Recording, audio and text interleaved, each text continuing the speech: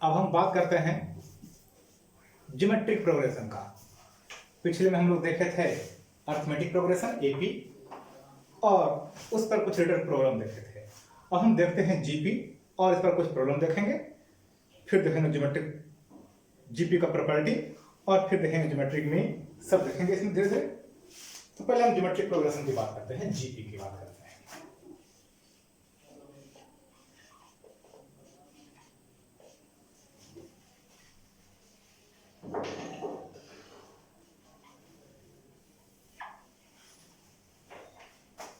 देखिए, the sequence in which ratio of a term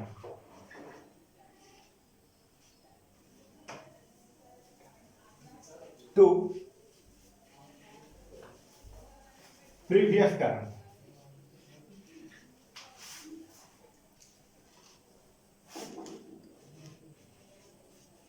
constant. The sequence in which ratio of a term to previous term constant is constant.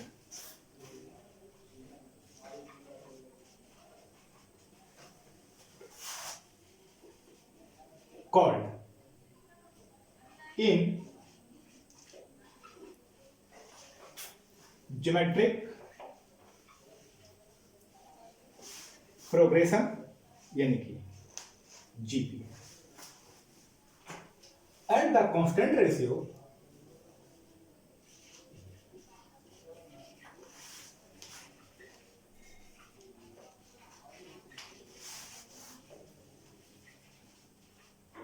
called common ratio, CR इसको बोलते हैं short form में। अगर हम बात करें तो common ratio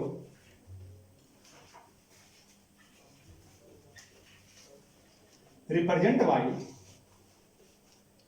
are. Common ratio को हम लोग जनरली आर से रिप्रेजेंट करते हैं।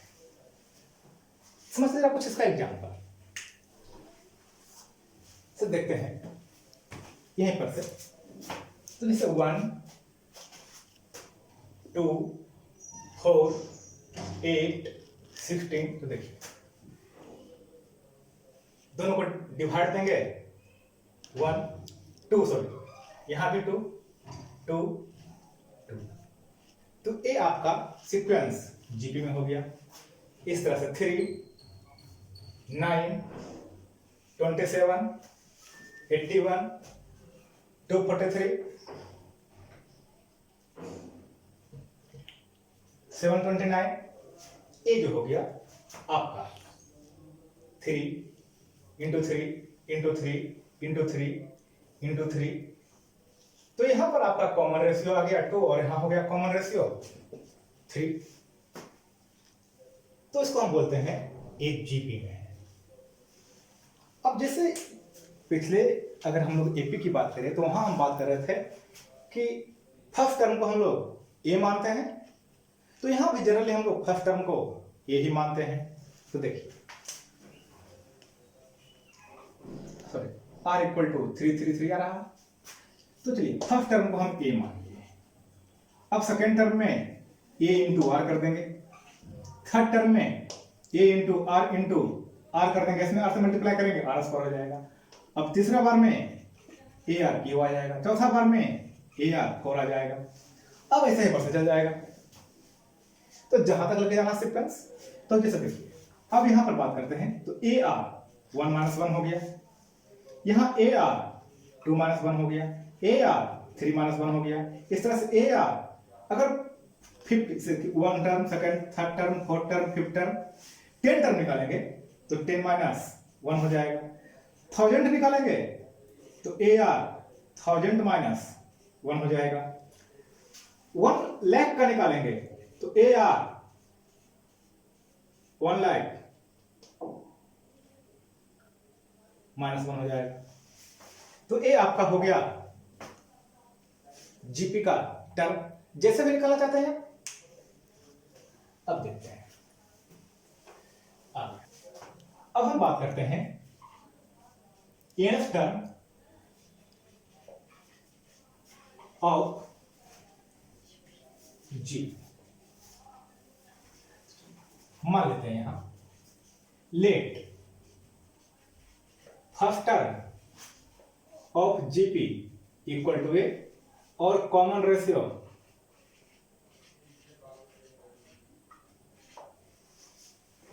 तो अगर हम बात करें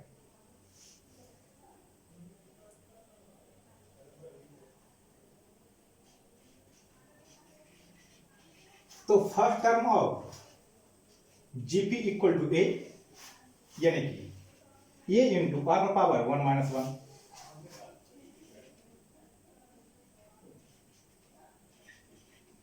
second term of GP equal to A r means a r 2 - 1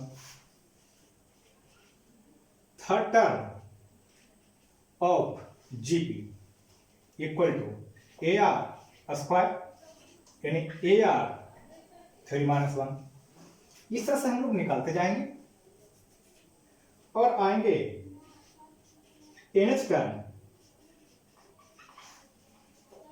of GP equal to देखो फर्स्ट टर्म है तो 1 - 1 सेकेंड टर्म है तो 2 - 1 थर्ड टर्म है तो 3 - 1 nth टर्म है तो n - 1 यानी कि हम लोग लिख सकते हैं ऐसा Tn equal to A R n - 1 ये हो गया आपका nth टर्म ऑफ जीपी। अब इस पर कुछ प्रॉब्लम देख लेते हैं हम लोग, समझते हैं प्रॉब्लम को कैसे कैसे प्रॉब्लम होता है। हम किस तरह का प्रॉब्लम देख रहे हैं, आपको जो बनाना का होगा वो आप बना सकते हैं।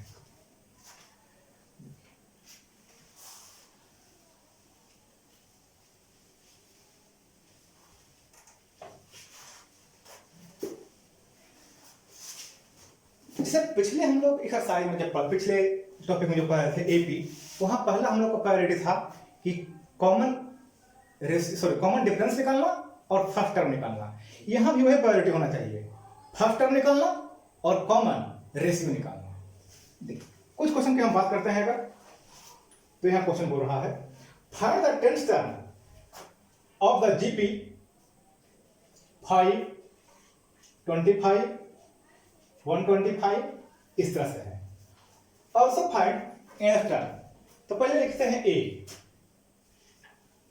तो ए का वैल्यू हो गया 5 और आर का वैल्यू हो गया 5। डिवाइड करेंगे दोनों को, कहीं से भी डिवाइड कर दिए दो को लगातार तो 5। अब हमको निकालना है 10 टर्म, तो T10 यानी ए आर 10 - 1 यानी ए आर 9, तो ए का वैल्यू हो गया 5 और 5 का पावर 9 यानी 5 का पावर 10। ये हो गया आपका फर्स्ट नंबर का क्वेश्चन था। अगर सेकंड की बात करते हैं तो यहां है find the 8th term of GP 0.3, 0.06, 0.012 इस तरह से हमको जीपी दिया हुआ है और हमको फाइंड करना है T8। तो यहां देखिए ए का वैल्यू है 0.3, आर का वैल्यू है 0.2,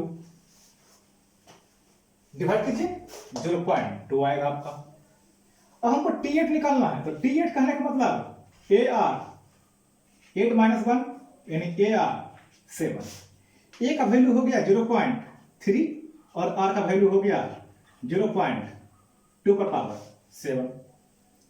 आप वैल्यू को ऐसे छोड़ सकते हैं या फिर आप कैलकुलेशन में कर सकते हैं। अगर वैल्यू बहुत ज्यादा रहेगा, मान लीजिए 25 है 50 है, तो क्या करेंगे, तो ऑप्शन नहीं है तो आप आंसर को इस तरह से छोड़ दीजिए। क्वेश्चन नंबर 4 है, जरा उसकी बात करते हैं। इसमें एक nth टर्म में निकालना था, थोड़ा सा समझ लेते हैं इस पर भी। तो Tn कहने का मतलब हो गया AR n-1, तो A का वैल्यू हो गया 5 और R का वैल्यू 5 n-1 यानी 5 पावर n। अगले क्वेश्चन की बात कर रहे हैं, अगर 4 नंबर का क्वेश्चन है ये, तो यहां पर बोल रहा find the 12 term of GP, हमको T12 निकालना है। दिया हुआ क्या है, whose S term is 192, T8 192, common ratio यानी कि R से लिखते हैं हम यहां पर, इसका वैल्यू है, तो देखिए तो T8 कहने का मतलब 192 और AR 7 equal to 192, A R का मतलब 2 पर पावर 7, A 128, सॉरी गलती से नहीं 128 इक्वल टू 192। अब ए का वैल्यू आ गया 192 और 128, तो वैल्यू कितना आ जाएगा, 4 से कट करते हैं,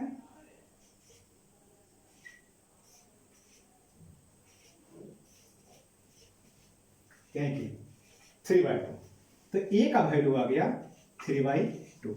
अब हमको चाहिए क्या, T12, तो T12 निकाल लेते हैं यहां से, तो AR 12-1 यानी कि 11, तो A का वैल्यू हो गया 3/2 और R का वैल्यू आ गया 2 पर पावर 11, तो 2 यहां से कैंसिल कर देंगे, तो 3 इंटू 2 पर पावर 10, ये आ गया T12 का आपका वैल्यू।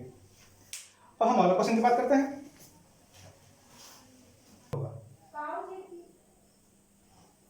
अब अगले क्वेश्चन की बात करें हम लोग, तो यहां क्वेश्चन है हाउ मेनी टर्म्स, 6 नंबर का क्वेश्चन है ये, how many terms are there in G P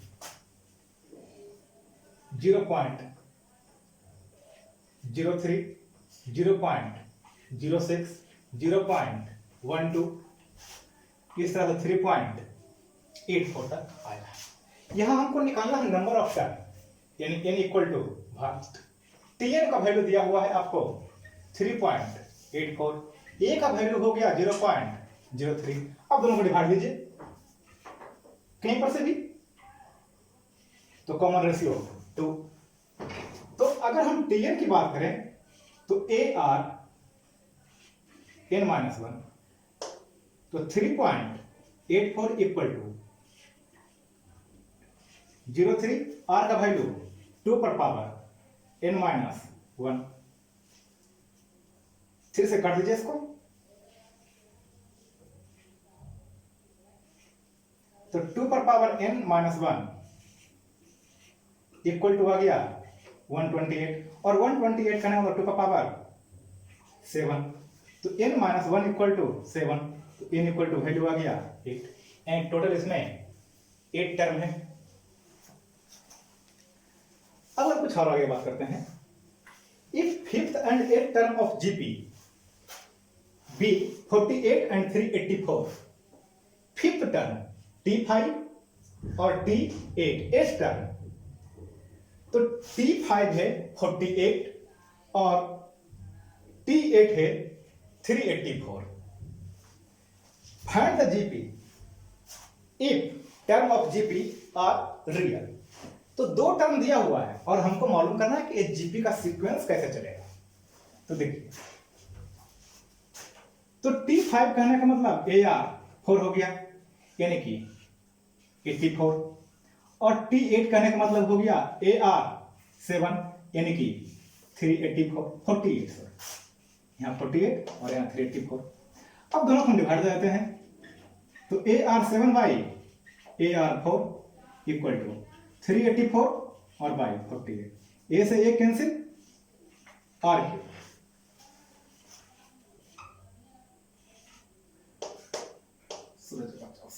Q, r cube का वैल्यू आ गया 8, यानी आर का value 2।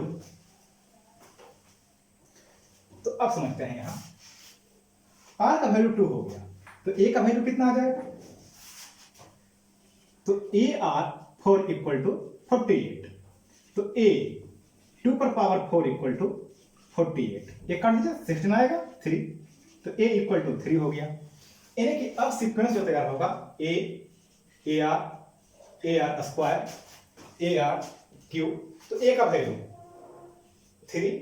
3 into 2 6 into 2 12 into 2 24 into 2 48, देखिए T5 48 आ गया, तो 48 अब ऐसे जाएगा तो 96 190 188 192 अब ऐसे आगे बढ़ते जाएंगे जहां तक जाना है हमको। तो ये हो गया आपका एक क्वेश्चन नंबर था 7, क्वेश्चन नंबर 7 है। अब अगले क्वेश्चन की बात करें अगर हम लोग अब अगले क्वेश्चन की अगर बात करते हैं तो यहां बोल रहा है if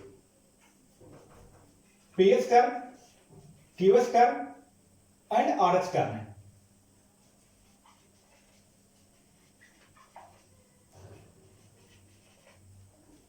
of GP is A, B and C. Prove that A पर power Q minus R, B पर पावर R माइनस P और C पर power P minus Q equal to 1। ये हमको प्रूफ करना है। यहां पर आप फर्स्ट टर्म को A मत मानिए, क्योंकि ऑलरेडी यहां पर A आ गया है। तो चलिए हम ऐसा करते हैं, यहां पर हम सबसे पहले मान लेते हैं let first term equal to x और common ratio equal to y, ऐसा हम एज्यूम कर लेते हैं। तो अगर हम पीएच टर्म की बात करें टीपी, तो a हम लोग को आ जाएगा फर्स्ट टर्म माने कि x और r का वैल्यू y माने कॉमन रेशियो और p माइनस 1, तो यहां पर आ गया हम लोग को इक्वल टू a। अब अगर टी क्यू की बात किया जाए तो x by Q minus 1 equal to b, और टी आर की बात करें तो x by R minus 1 equal to c, कुछ ऐसा वैल्यू आए। अब आप इस वैल्यू को पुट कर दीजिए एलएचएस a पर power q minus R, b पर पावर r माइनस पी और c पर पावर p माइनस q। तो a का वैल्यू हो गया x पर power x by p minus 1 पर power q minus r, b का वैल्यू हो गया x बाई q माइनस 1 पर पावर r माइनस p, और c का वैल्यू हो गया x बाई r माइनस 1 पर पावर p माइनस q। तो अब जितना भी x का पावर आ जाएगा p minus q into x power r minus p into x power p minus q और इंटू p पर power p minus 1 q minus r, p पर पावर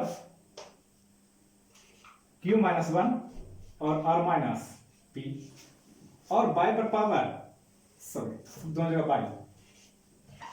y पर पावर r माइनस 1 और p minus q। तो अब यहां पर value आ जाएगा x p minus q plus r minus p plus p minus q दो को आ गया, q माइनस r है यहां q minus r p minus q, और y पर power P Q minus P R minus Q plus R plus Q R minus P Q minus R plus P plus P R minus Q R minus P plus Q. अब यहां से cancel करते हैं, तो P Q से P Q cancel हो गया, P R से पी आर कैंसिल हो गया, क्यू से क्यू कैंसिल हो गया, पी से पी कैंसिल हो गया, आर से आर कैंसिल हो गया, क्यू आर से क्यू आर कैंसिल हो गया। इस तरह से यहाँ क्यू से क्यू कैंसिल, पी से पी कैंसिल, आर से आर कैंसिल, यानी इसका पावर 0 और बाय का पावर 0। Finally value 1। तो बहुत सिंपल प्रॉब्लम था। ऐसा देखने में लगता है कि बहुत अल्टर प्रॉब्लम होगा, ऐसा कुछ नहीं। ये प्रॉब्लम नंबर था आप लोग का 9। अब अगले प्रॉब्लम की चर्चा करते हैं। अब बात करते हैं, बोल रहा है if the 5th 8th and 11th term T5 T8 and T11 is P Q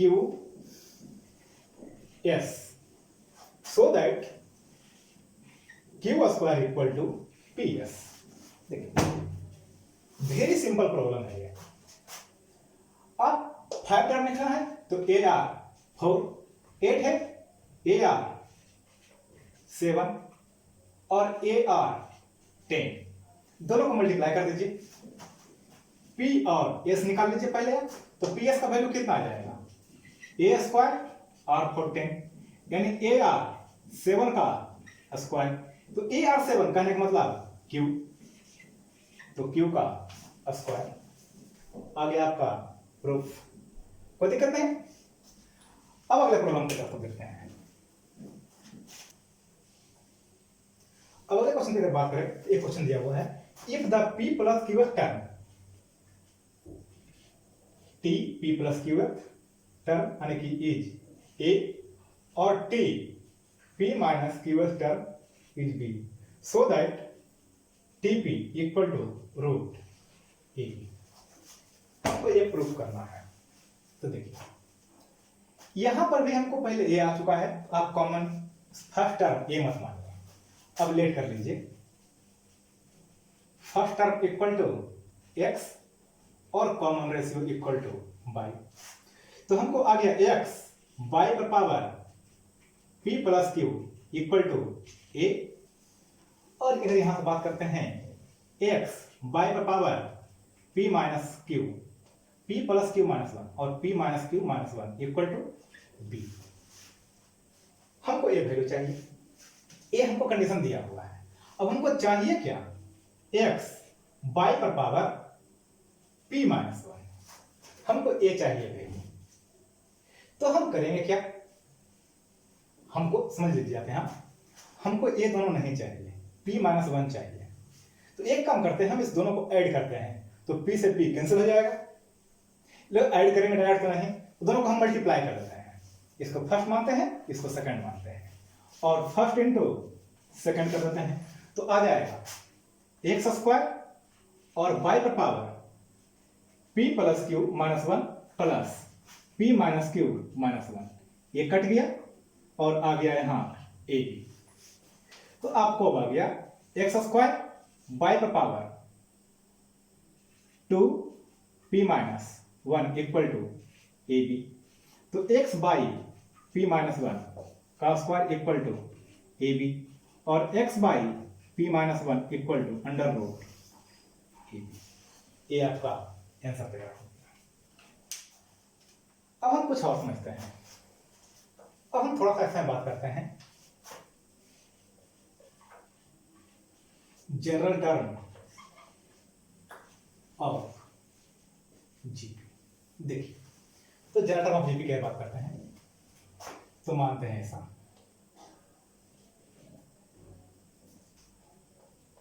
आप अगर थर्ड टर्म निकाल रहे हैं, 3 टर्म्स जीपी, तो आप ऐसा मान सकते हैं ए आर ए आर, ऐसा ए बाई आर इन ए और ए आर। यहां पर एक चीज ध्यान रखेंगे, इफ प्रोडक्ट गिवन, अगर प्रोडक्ट दिया हुआ है तो आप इसको मानिए ताकि ए आर से आर कैंसिल हो जाए, और नहीं तो फिर आप ए आर स्क्वायर मान सकते हैं इफ प्रोडक्ट नॉट गिवन। अगर प्रोडक्ट नहीं दिया हुआ है तो उसी तरह से आते हैं, अगर 4 टर्म की बात करते हैं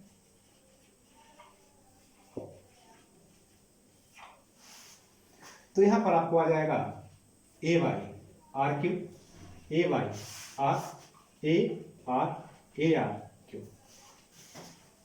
प्रोडक्ट दिया हुआ है तो कैंसिल हो जाएगा,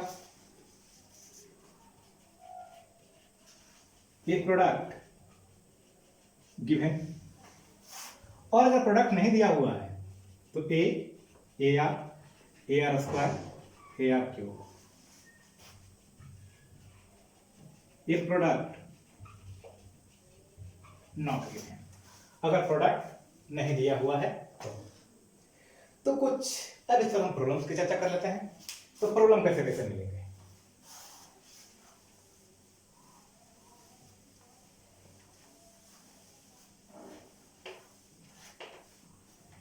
देखिए क्वेश्चन समझते हैं। If the product of three constitutor of a GP is -54, product दिया हुआ है तो हम मान लेते हैं let terms of GP equal to a by r a और ए आर। प्रोडक्ट दिया हुआ है यानी कि a by r into a are equal to 64। R से r cancel, a cube equal to 64 यानी ए इक्वल टू 4। तो यहां से हमको ए का वैल्यू आ गया। ये फर्स्ट टर्म नहीं है आपका, फर्स्ट टर्म तो ए बाई आर है। अब आगे बोल रहा है and the first term is 4 times the third. First term according to question T first is 4 times of third term। तो T first यानी कि a by r equal to 4 A r, तो ए से ए कैंसिल हो जाएगा यानी कि आर स्क्वायर इक्वल टू 1/4 यानी आर इक्वल टू 1/2। ये वैल्यू आ गया आपका। अब आप यहां से सोल्यूशन तैयार कीजिए। तो देखिए ए का वैल्यू आ गया फर्स्ट टर्म 4/1/2 यानी कि 8, ए 4 ए आर 4 इंटू 1/2 यानी कि 2। तो ए आपका सीक्वेंस आ गया, कोई दिक्कत नहीं। अब कुछ और प्रॉब्लम समझते हैं। Find GP for which the sum of first two term is -4। First two term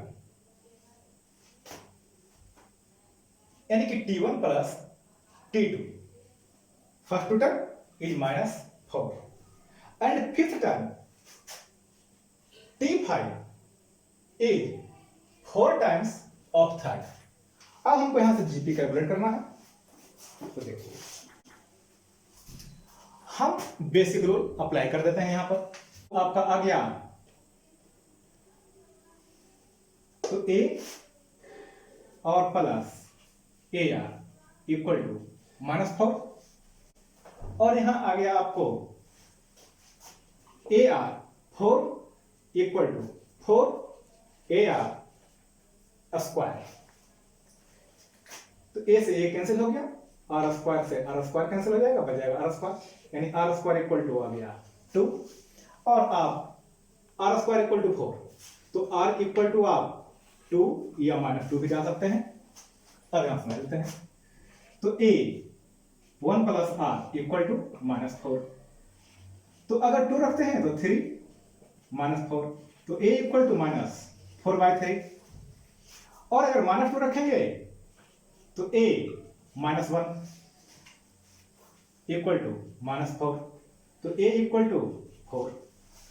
अब हमको वैल्यू यहां से जो आएगा तो -4/3, 2 से मल्टीप्लाई करेंगे -8/3, फिर 2 से मल्टीप्लाई करेंगे -16/3, -32/3। इस तरह से आपको सीक्वेंस आ जाएगा। अगर इस वैल्यू को रखकर काम करते हैं अन्य तो इसके लिए आपको यहां पर मिल जाएगा। तो देखिए पहले तो 4 है, फिर -8 है, फिर -2 से मल्टीप्लाई करेंगे तो 16, फिर -2 से मल्टीप्लाई करेंगे 32, फिर -2 से मल्टीप्लाई करेंगे -64। माइनस परसेंट करेंगे 64। तो आपको इस तरह से सीक्वेंस चलते जाएगा। तो देखिए, अब अगर चेक करना चाहते हैं तो T5 ये हो गया और T3 ये हो गया। तो यहां पर अगर आएंगे तो -64/3। तो चेक कर सकते हैं आप वहां से कि T1 प्लस T2 का वैल्यू -4 आ रहा है या नहीं आ रहा है। तो आप यहां से सबसे चेक कर सकते हैं, यहां तो आ रहा पहले, यहां भी आ रहा आपका। अब इस चेक को चेक कर सकते हैं। तो T5 का वैल्यू यहां हो गया -64/3। इसके बराबर होना चाहिए 4 इंटू T3 -16/3। ये वैल्यू आ गया। अगर यहां की बात करते हैं तो 64 और 4 इंटू 16 ये आ गया। तो मतलब दोनों आंसर आपका सही है, यानी कि दो सीक्वेंस इसमें तैयार हो सकता है। कोई दिक्कत नहीं। अब इसमें कुछ क्वेश्चन और भी है, तो आप लोग उसको बनाकर देखेंगे, जिसका हम कुछ डिस्कशन नेक्स्ट क्लास में करेंगे। और हम वहां देखेंगे sum of n term of GP.